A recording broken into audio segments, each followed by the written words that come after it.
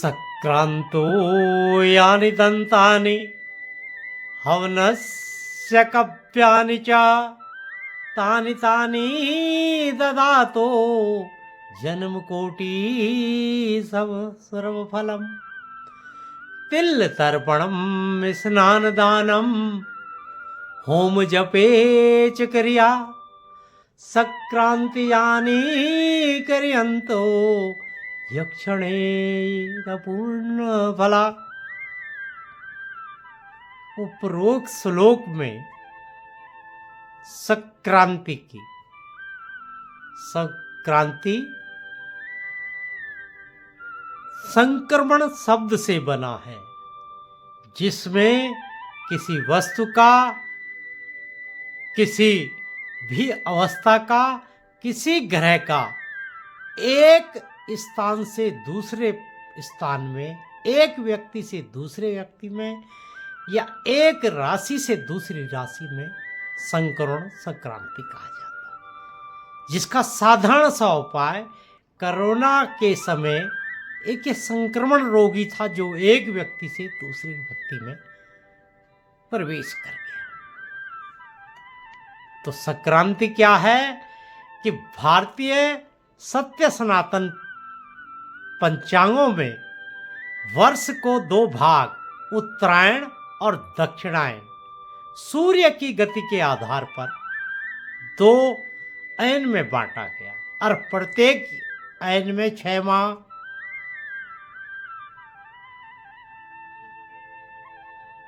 जो कि पर जिस प्रकार प्रत्येक माह 2 पक्ष में शुक्ल पक्ष और कृष्ण पक्ष, इसी प्रकार इन 6 माह में जब सूर्य की गति दक्षिण गोलार्ध को समाप्त करके उत्तरी गोलार्ध में प्रारंभ हो, दिन का बढ़ना प्रारंभ हो, सूर्य धनु राशि से मकर राशि में प्रवेश करे, तो सूर्य के जो प्रकाश है, सूर्य उदय से सूर्यास्त का दिन बड़ा हो जाता, मतलब ज्यादा प्रकाश, कार्य करने के लिए ज्यादा समय, ज्यादा विटामिन डी, ये सब चीजें बढ़ती हैं। इसे देवताओं का दिन भी कहा जाता है। तो इस प्रकार सूर्य प्रत्येक राशि में, आकाश मंडल को हमने 27 नक्षत्र और इन 27 नक्षत्र को 12 राशि, मेष से मीन तक, इस प्रकार 12 राशियों में बांटा गया है। और सूर्य प्रत्येक माह एक राशि से जब दूसरी राशि में प्रवेश करता, वो संक्रांति कही जाती है। और उसका पुण्य कितना है आपने देखा ना, संक्रांतो यानि दंतानि हवनस्य कव्यानि च तानि तानि प्रद्याते जन्म कोटि। तो इस संक्रांति के समय जो हवन, देव कार्य, कव्यानि पितृ कार्य, दान तर्पण और स्नान, पवित्र स्नान करता है पवित्र जगह के, तो उसको अक्षय पुण्य मिलते हैं। तिल तर्पण स्नान दान। तो अब आप समझ गए कि क्या संक्रांति। अब संक्रांतियों में भी संक्रांतियों के सिरमौर संक्रांति, वो है मकर संक्रांति, जिसमें सूर्य उत्तरी गोलार्ध की गति को प्रारंभ करता है। मैंने इसका महत्व बताया। वैसे सूर्य उत्तरायण 21 या 22 दिसंबर को प्रतिवर्ष हो जाता है। तो फिर आपके मन में जिज्ञासा है कि फिर 14 जनवरी को हम मकर संक्रांति क्यों मनाते? तो 21 और 22 दिसंबर को सूर्य, जो पाश्चात्य कैलेंडर है उसके अनुसार, जो पाश्चात्य पंचांग है वो सूर्य की गति पर आधारित है, हम चंद्रमा की गति पर हमारे पंचांग हैं। तो चंद्रमा से भी जो 14 और 15 जनवरी को पिछले कई दशक से मनाए जाते रहे हैं, अरे क्यों एक निश्चित समय पे, लेकिन ऐसा नहीं है 14 या 15 जनवरी। सन 1800 के जो पंचांग हमारे पास उपलब्ध हैं, उसमें मकर संक्रांति 11 जनवरी को मनाई जाती थी। और आने वाले समय में, क्योंकि सूर्य, इसका भी आप वैज्ञानिक महत्व समझ लें, प्रति वर्ष 20 सेकंड की देरी से मकर राशि में प्रवेश कर रहा है।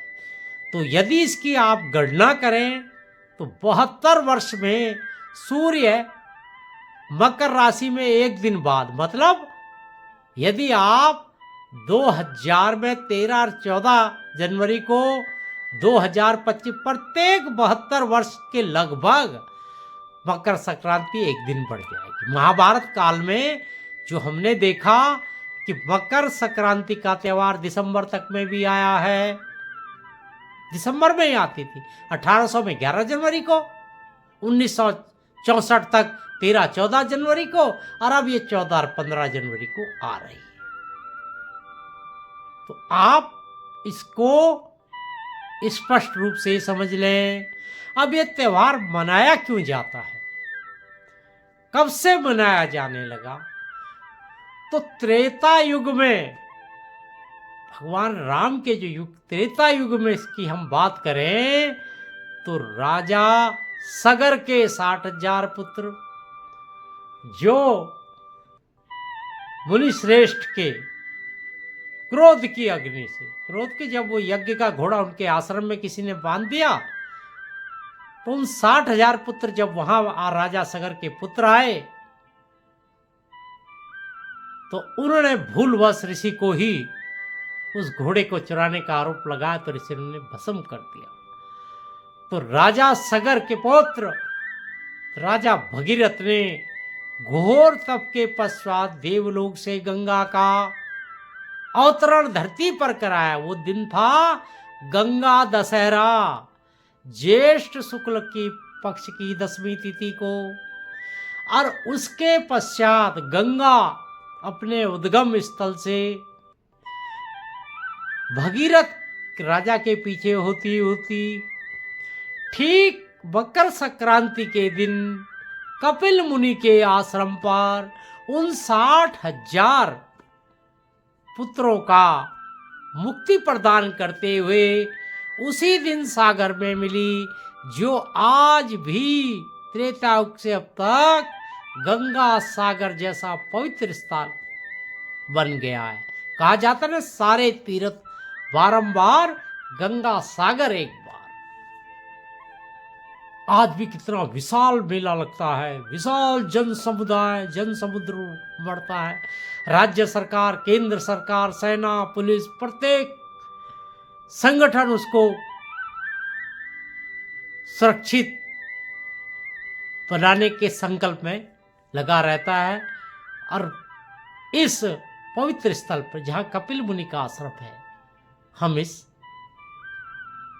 तीर्थ को आज भी मना रहे हैं और धर्म अर्थ काम और मोक्ष की मंगल कामनाओं के साथ इस त्योहार को करते हैं। तो अब आपने त्रेता युग से चल रहे इस पवित्र त्योहार को देखा। अभी आगे हम महाभारत में भीष्म पितामह के देह त्याग को, जो इनको की इच्छा मृत्यु का वरदान था, इसके विषय में जानेंगे। कुछ लोग इसको यह भी शास्त्रों में बताया है कि भगवान विष्णु ने उस दिन राक्षसों का संपूर्ण विनाश करके मंदारक पर्वत पर उनको स्थापित कर दिया था और मुक्त कर दिया। कहा जाता है कि माता यशोदा को भी मकर संक्रांति के दिन ही ये संकल्प किया था कि भगवान विष्णु को मैं पुत्र रूप में पाऊं और उनका लालन पालन करूं। तो देवकी के गर्भ से, मां देवकी के गर्भ से उतरे भगवान विष्णु मां यशोदा के ग्रह पर भी आए और सभी उन्होंने सारी क्रियाएं वहां की।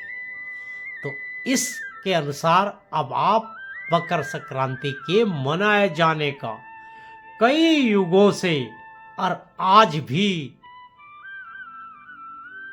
पूरे संपूर्ण भारत में नहीं, नेपाल, भूटान और कई देशों में भी एक त्यौहार भारत में भी, कहीं खिचड़ी, असम में बिहू, कहीं संक्रांत, अनेकों नाम से इस त्योहार को जाना जाता है। तब आगे हम इसके और युगों पर क्या कारण क्या है, इसके विषय में समझेंगे। अब महाभारत काल में, अभी आपने त्रेता युग में देखा किस प्रकार गंगा सागर, सारे तीर्थ बारंबार, गंगा सागर एक बार। इसमें मकर संक्रांति का त्रेता युग से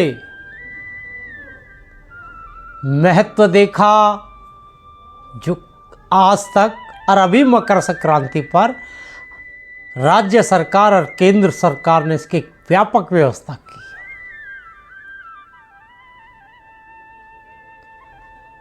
तो महाभारत काल में जब महाभारत का युद्ध प्रारंभ हुआ, जो इतिहासकार हैं, इस युद्ध का मोटा मोटा समय 13 अक्टूबर ईसा से 3013 वर्ष पूर्व इसको गणना करते हैं। तो 13 अक्टूबर ईसा पूर्व को महाभारत का युद्ध प्रारंभ हुआ और युद्ध के 10वें दिन ही भीष्म पितामह अर्जुन के द्वारा बाणों की सरसैया पर प्रवेश हो गए, मतलब घायल होकर बाणों की सरसैया पर उनको स्थापित किया गया।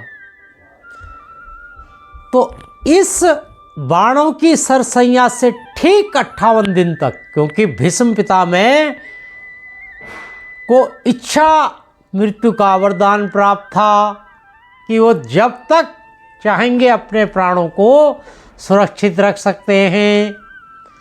तो इस प्रकार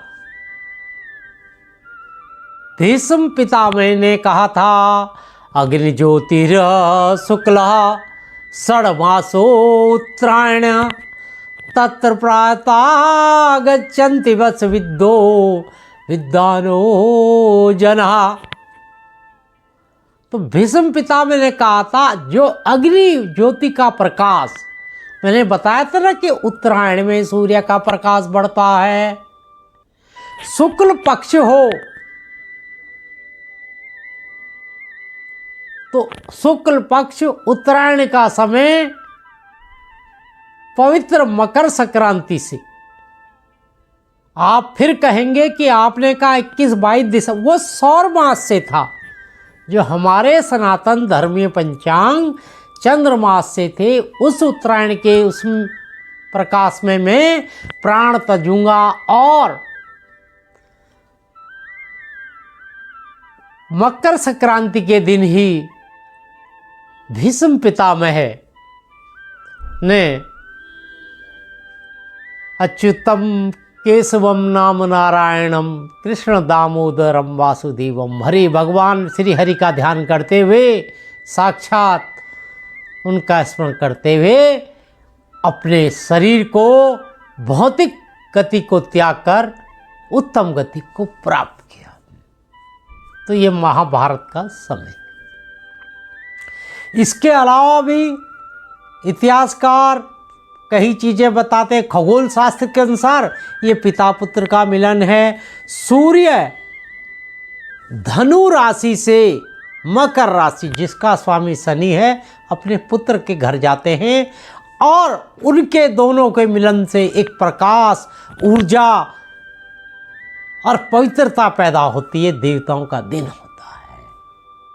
तो इस प्रकार त्रेता युग से आधुनिक युग तक, अभी ये भी कहा जाता है कि माता यशोदा ने मकर संक्रांति के दिन ही तप व्रत करके ये कामना की थी कि विष्णु उनको पुत्र रूप में मिले। तो उनको चाहे देवकी के जन्म से गर्भ से जन्मे, लेकिन यशोदा को भी उस विष्णु को पुत्र सुख के रूप में सारे माता के अवसर प्राप्त हुए। तो अब जानिए वर्ष 2026 में मकर संक्रांति कब मनाई जाए, तो वर्ष 2026 में 14 जनवरी 2026 दिन बुधवार सायकाल 3:13 से 5:45 के मध्य सूर्य मकर राशि में प्रवेश करेंगे। ठीक है ना। तो ये पुण्य काल है जो दिल्ली के पंचांग के अनुसार है। तो अब आप कहेंगे तो सूर्य मकर राशि में यदि सूर्य अस्त से पूर्व प्रवेश कर जाए तो उसी दिन मकर संक्रांति को मनाया जाना, मतलब तिल तर्पण, स्नान दान, होम और काव्यादि मतलब पितृकर्म, पितृ तर्पण करना अति शुभ माना जाएगा। तो मुझे उम्मीद है आपको वर्ष 2026 की मकर संक्रांति का समय और पुण्यकाल मालूम हो गया है। अब हमें इस दिन करना क्या चाहिए। पवित्र मकर संक्रांति सूर्य उत्तरायण के त्यौहार को, इसका महत्व, इसकी दिव्य उच्चता और त्रेता युग से वर्तमान तक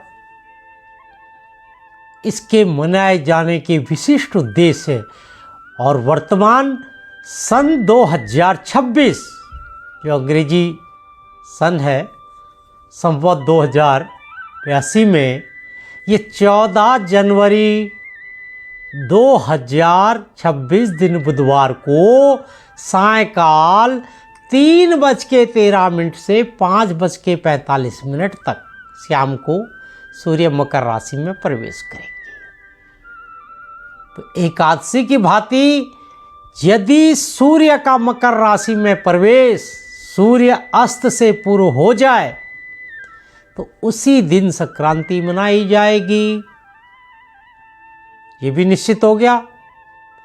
ये भविष्य पुराण में भी कहा गया है। तो इस दिन करना क्या है, जब हमें किसी चीज की उपयोगिता, भव्यता, दिव्यता, उस मार्ग की उत्तमता पता लग जाए तो हम फिर उसको उस राह पर चलने का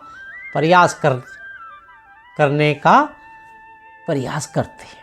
अब आए कि जब हमें मकर संक्रांति के सूर्य उत्तरायण के इस दिव्य जो देवताओं का दिन है, तमसो मां ज्योतिर्गमय, जो कि छोटे दिनों से, मतलब जब सूर्य का प्रकाश दक्षिणायन में कम था, तो उत्तरायण में जब सूर्य का प्रकाश भी बढ़ जाए तो इसे देवताओं का दिन कहा।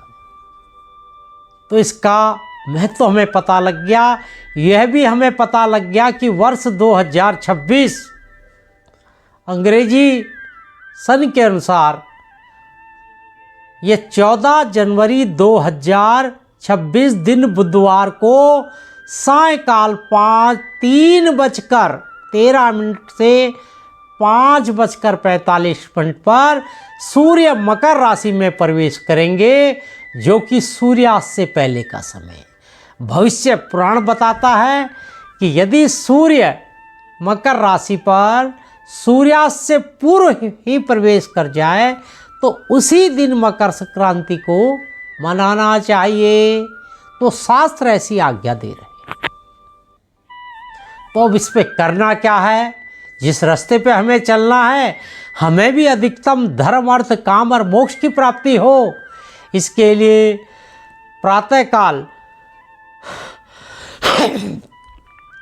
यदि संभव हो तो गंगा सागर, गंगा, यमुना, सरस्वती जैसी पवित्र नदियों पर आप स्नान के लिए जाएं, वहाँ स्नान करें।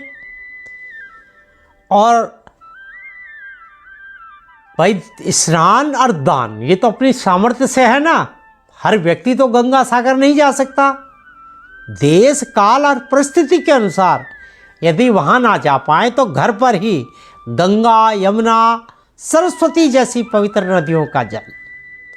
भाई हमारे पास हर सनातन धर्मी के घर में होता है, तो अपने स्नान वाले जल में तिल और गंगा जल को मिलाकर गंगा च यमुना चैवे गोदावरी सरस्वती नर्मदा सिंधु कावेरी स्नानम प्रतिगृह्णातम्। तो गंगा यमुना के इस जल से और इस श्लोक को स्मरण करते हुए स्नान करें। फिर स्नान करने के बाद सूर्य को अर्घ्य दें। उसमें कहें अहम सूर्य सहस्रासो तेजो राशि जगतपते अनुकंपा मां भक्ता ग्रहणा अर्धम। कि हे सहस्त्र करोड़ों तेज पुंज राशि के स्वामी सूर्य, मैं आपको ये अर्घ्य श्रद्धा सहित अर्पण कर रहा हूँ, कृपया इसे ग्रहण करें। तो इस प्रकार आप किसी तांबे के पात्र से। इसके पश्चात जो आपके पितृ तर्पण का कार्य, मैंने हमेशा कहा है कि पितृ कार्य देव कार्य से पूर्व करने चाहिए। यदि कोई कार्य हो तो पितृ कार्य, फिर हवन करें और उसके बाद दान। इसमें मैंने आपको बार बार बताया है ना, तिल तर्पणम स्नान दानम होम जपे च क्रिया सक्रांति यानि करंति तानि प्रदते फल अक्षर। तो उसके पश्चात आप अपनी सामर्थ्य के अनुसार किसी जरूरतमंद अधिकारी को, ये मैं क्यों कह रहा हूँ कि यदि आप केवल उस दान को, देखिए स्नान अपने शरीर के अनुसार, यदि आपका शरीर स्वस्थ है तो प्रातःकाल आप रोज गंगा स्नान करें। यदि कोई व्याधि है, रोग है, तो आपको ये देखना है कि मैं कर पाऊंगा, नहीं तो भाई थोड़े जल के छींटे से भी हम लोग काम चलाते हैं। इसी प्रकार दान अपनी सामर्थ्य के अनुसार और उचित अधिकारी को, उदाहरण के तौर पे यदि आप किसी बहुत बड़े महंत को, बहुत धन संपन्न व्यक्ति को, जिसके पास भोजन जल सुगंधित द्रव्य का था भंडार है, उसको कुछ खान पान का पूछेंगे तो थोड़ा बहुत अनिच्छा से ग्रहण कर लेगा और हो सकता है मना कर दे, आपकी मानहानि हो, मन भी खराब हो जाए। तो दान उसको जो उसका अधिकारी है, किसी गरीब बच्चे की फीस भर दे, किसी गरीब घर का एक दिन के चूल्हा भी आपके कारण जल जाए, तो ये दान है। और इस प्रकार आप इस त्यौहार को ओम सूर्याय नमः ओम सूर्याय नमः से कर कर इस माघ मास के प्रथम दिन, और इसके बाद जो पवित्र माघ मास है ये भी प्रारंभ हो चुका है। आप जानते हैं माघ, जिसमें लिखा है ना, माघ मास मकर रवि होई तीर्थपति आवे सब कोई। तो प्रयागराज तीर्थ में जो पवित्र माघ का महीना हर साल आपने देखा होगा, तो उसमें कहा जाता है कि जब सूर्य मकर राशि में प्रवेश करते हैं तो प्रयागराज तीर्थ पर सभी लोग, देवता, किन्नर, यक्ष, सभी पुण्य आत्माएं आती हैं और उस समय जो स्नान करता है वो मोक्ष प्राप्त होता है। और इन सब कृत्यों को करते हुए, शुभ कृत्यों को करते हुए, हम इस सूर्य उत्तरायण के 6 माह में, और देखिए आज से ही जो पौष मास, खर मास जिसे कहा जाता है, वो भी समाप्त हो जाता है और शुभ कार्य भी प्रारंभ होने लगते हैं। तो इस समय आप भास्करस्य यथा तेजो मकरस्य वर्धते तथैव भवता तेजो वर्धाति तेज कामनम। तो श्लोक में भी कहा है कि सूर्य का तेज जिस प्रकार मकर राशि में निरंतर बढ़ता है, इसी प्रकार आपके शुभ फलों का आपके स्वास्थ्य का, आपके धन सुख संपदा का तेज बढ़ता रहे, ये आपने कामना करनी।